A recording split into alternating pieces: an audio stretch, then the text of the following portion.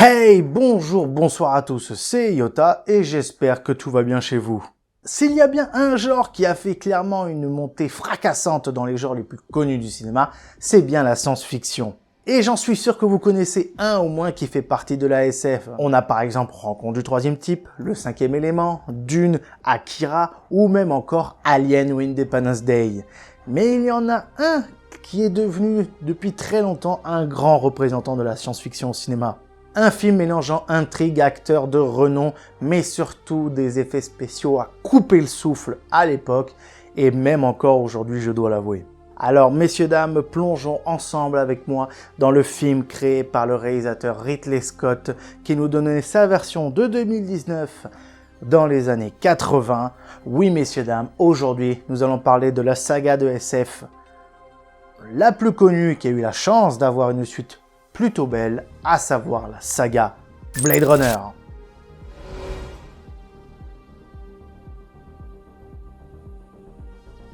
Pour commencer un petit peu les explications, Blade Runner est un film en partie basé sur le livre du célèbre auteur de science-fiction Philip Dick, Les androïdes rêvent-ils de moutons électriques. Mais il faut savoir que le réalisateur, Ridley Scott donc, n'a jamais réussi à finir le livre. Il s'en était expliqué d'ailleurs auprès de l'auteur en lui disant « Tu es trop dense, à la page 32, il y a déjà 17 histoires ». Mais ça, mon petit Ridley, ça s'appelle un gros livre, hein.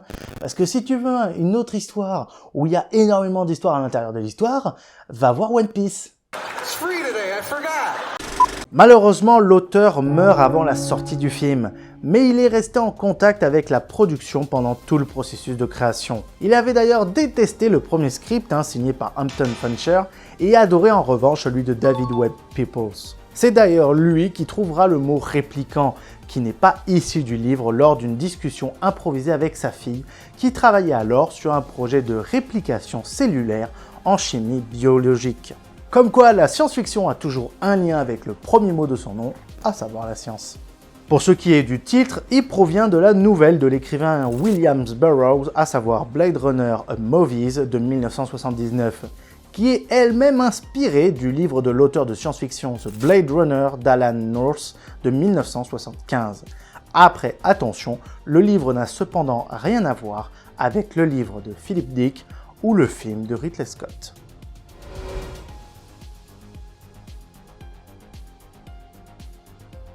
Comme toute vidéo parlant de films avec des grands effets spéciaux, il fallait donc qu'on parle de SFX. Et pour vous dire, il était important d'avoir des SFX de qualité, mais aussi d'un tournage d'une extrême précision. Par exemple, pour produire la lumière d'arrière-plan et l'effet d'ensoleillement dans le bureau de Tyrell, toute la partie supérieure de la structure fut constituée de projecteurs. Après avoir filmé les acteurs se déplaçant devant la baie vitrée non pacifiée, le haut de la structure fut remplacé par un écran d'incrustation. L'objectif de tout cela était d'une part que le soleil se voile dans l'objectif lorsque la baie s'opacifie, et d'autre part que les acteurs se déplaçant devant la baie ainsi que le décor du bureau devaient interagir avec la luminosité extérieure. Une organisation et un placement complexe, mais qui sublimera les plans dans le film.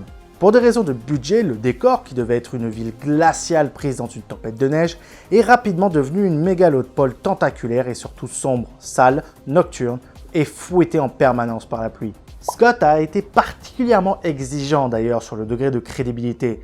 État de vestuté des bâtiments qui côtoient d'immenses gratte-ciel, trottoirs grouillants de monde, toute la puissance du monde de la publicité avec des panneaux géants à perte de vue, et enfin costume réaliste qui rappelle la mode des années 30. En d'autres termes, un look rétro-futur steampunk. L'influence d'ailleurs du dessinateur Jean Giraud, alias Moebius, a aussi été importante pour l'univers du film, et il n'est pas rien dans le monde audiovisuel car il a été aussi le graphiste du film Alien.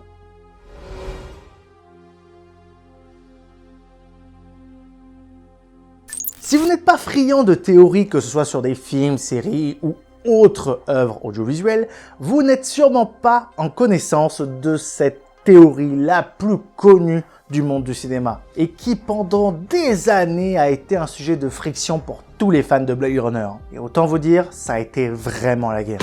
La théorie était la suivante: Rick Deckard, le personnage incarné par Harrison Ford, est-il ou non un répliquant, c'est-à-dire une sorte de robot clone humanoïde? Dès la sortie en salle, cette théorie fait couler beaucoup d'encre, et ce pendant plus de 15 ans. C'est en juillet 2000 que Ridley Scott annoncera officiellement ce que beaucoup savaient déjà, Descartes est effectivement un répliquant. Il le répétera d'ailleurs dans un autre interview, « Dans mon esprit, ce personnage a toujours été un répliquant ».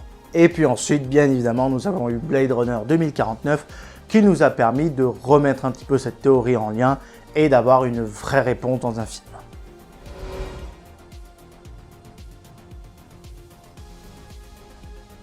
Avec la sortie en salle qui s'approchait, la production a décidé de remonter une fin plus heureuse que celle souhaitée par Ridley, avec notamment une scène où le couple Rachel-Rick conduit dans la campagne. Estimant que l'idée de nature allait à l'encontre de l'univers dystopique qu'il avait imaginé, le réalisateur, contraint d'avoir des plans extérieurs dans son film, s'est plié aux exigences de la production.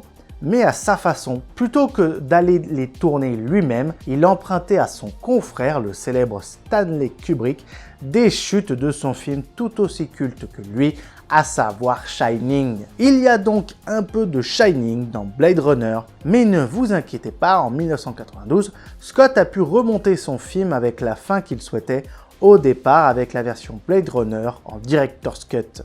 Mais vous allez voir, il n'y a pas que Shining dans Blade Runner. Il y en a beaucoup d'autres. Par exemple, dans la scène où l'inspecteur Gaff emmène Descartes à bord de son spinner au central de police, regardez bien dans le coin en bas à gauche. Si on observe le building, on peut voir qu'il ressemble beaucoup au fameux Faucon Millennium, le vaisseau d'un certain Han Solo dans la guerre des étoiles. Autre exemple d'ailleurs, la piste d'atterrissage des speeders située au-dessus du building de la police, qu'on peut voir lorsque Richard se tient dessous quand il pénètre le vaisseau mère, est une récupération d'un décor d'un autre classique de l'ASF, à savoir le fameux Rencontre du troisième type de Steven Spielberg.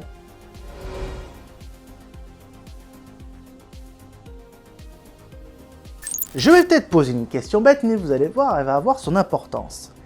Quelle version pensez-vous avoir vue de ce film? Car oui, il en a existé beaucoup trop. Pour donner une idée, il existe aujourd'hui pas moins de 5 versions du film. La première, qui est la version qui a servi pour les projections test aux spectateurs, est devenue rarissime. Puis vient la copie sortie en 1982, c'est la version la plus controversée et incriminée, puisque c'est celle qui correspond au montage voulu par la Warner. La version 3 est celle européenne du premier montage, et elle est très sensiblement différente car elle ajoute notamment plusieurs plans violents. Pour la quatrième version, sa découverte est très drôle. En effet, en 89, un cadre de la Warner Bros, Michael Herrick, part faire des recherches sur le film Gypsy. Durant son exploration, il découvre par hasard une copie du film avec pas moins de 70 mm du film supplémentaire. Projeté dans divers festivals, le film obtient un franc succès et on murmure que ce serait la version originale de Blade Runner. Même si, après visionnage, Ridley Scott affirmera qu'il ne s'agit pas de son Director's Cut. Elle verra les salles de cinéma en 92, assortie d'un nouveau montage. Bien que labellisé Director's Cut, le cinéaste n'a toutefois pas eu le champ totalement libre, même si cette version se rapproche de celle qu'il a toujours voulu. Et enfin, en décembre 2007, le réalisateur livra la version définitive de ce chef-d'œuvre absolu de SF avec quelques retouches et finit la liste donc de toutes les versions de Blade Runner.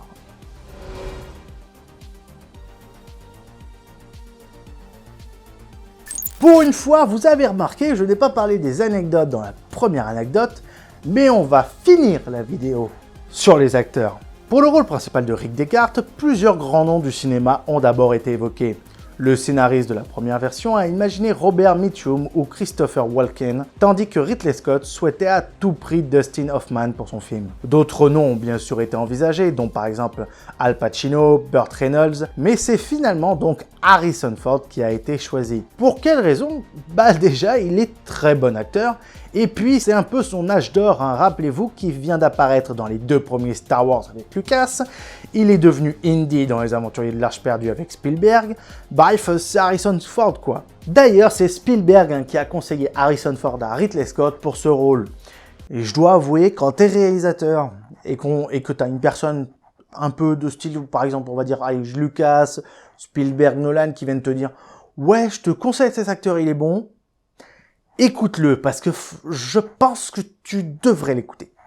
On le sait, de nombreux acteurs prennent des libertés dans leurs textes ou dans leurs jeux et nous sortent souvent quelques masterclass comme Otis dans Astérix Mission Cléopâtre ou même Tony Stark. Et Blade Runner ne déroge bien évidemment pas à la règle. En effet, le monologue final de Roy Batty, l'un des plus célèbres de l'histoire de la SF au cinéma, a été en partie improvisé par l'acteur Rutger Hauer qui estimait que son personnage, en train d'agoniser, ne pouvait parler trop longtemps. Les 2 dernières phrases ont donc été totalement celles de l'acteur et non du script.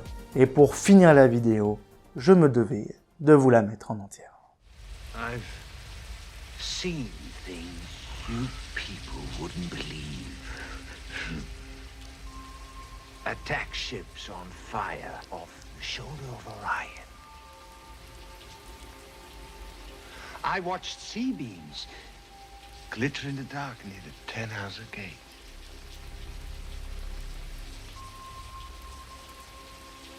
All those moments will be lost in time, like tears in rain. Time to die.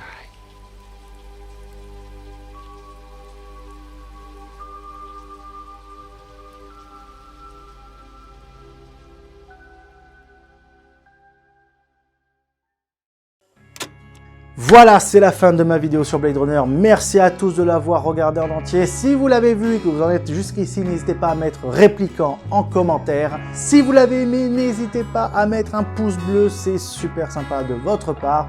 Si vous l'avez encore plus aimé, n'hésitez pas à la partager sur les réseaux sociaux, que ce soit Instagram, TikTok ou X, où vous pouvez m'y retrouver. Et n'hésitez pas, si vous n'êtes toujours pas abonné, à le faire et à mettre la cloche pour recevoir toutes les notifications pour les prochaines vidéos.